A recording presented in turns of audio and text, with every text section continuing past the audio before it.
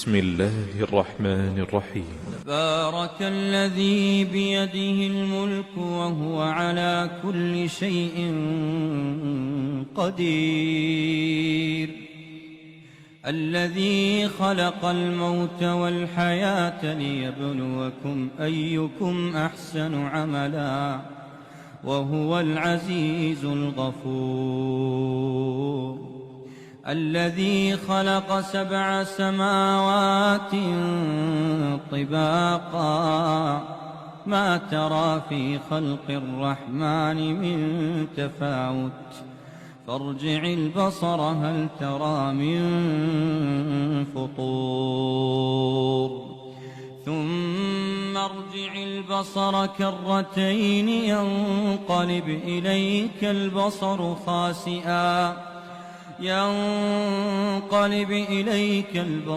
خاسئا وهو حسير، ولقد زينا السماء الدنيا بمصابيح وجعلناها رجوما للشياطين وأعتدنا لهم عذاب السعير، وللذين كفروا بربهم عذاب جهنم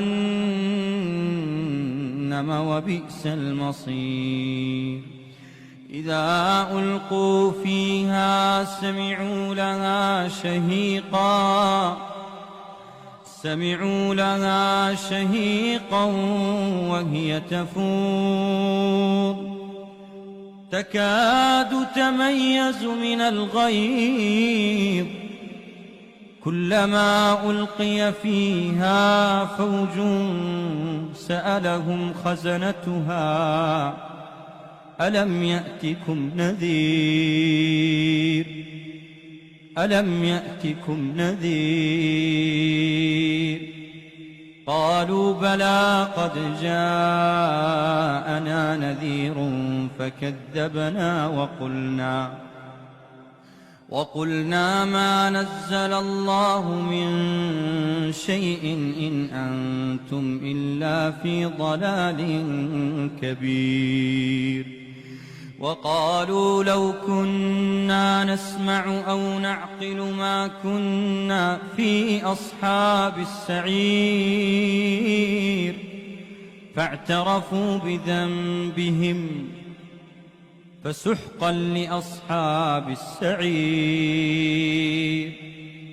إن الذين يخشون ربهم بالغيب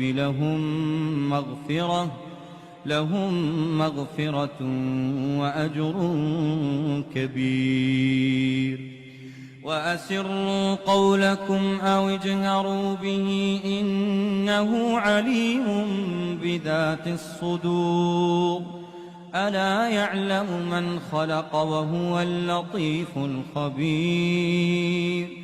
هو الذي جعل لكم الأرض ذلولا فامشوا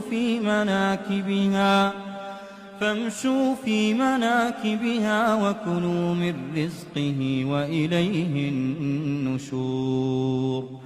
أأمنتم من في السماء أن يخسف بكم الأرض فإذا هي تمور أم أمنتم من في السماء أن يرسل عليكم حاصبا فستعلمون كيف نذير. ولقد كذب الذين من قبلهم فكيف كان نكير. أولم يروا إلى الطير فوقهم صافات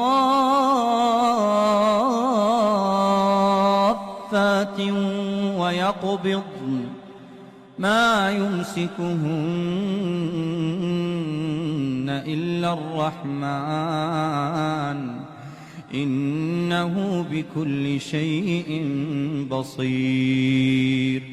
أمن هذا الذي هو جند لكم ينصركم من دون الرحمن إن الكافرون إلا في غرور.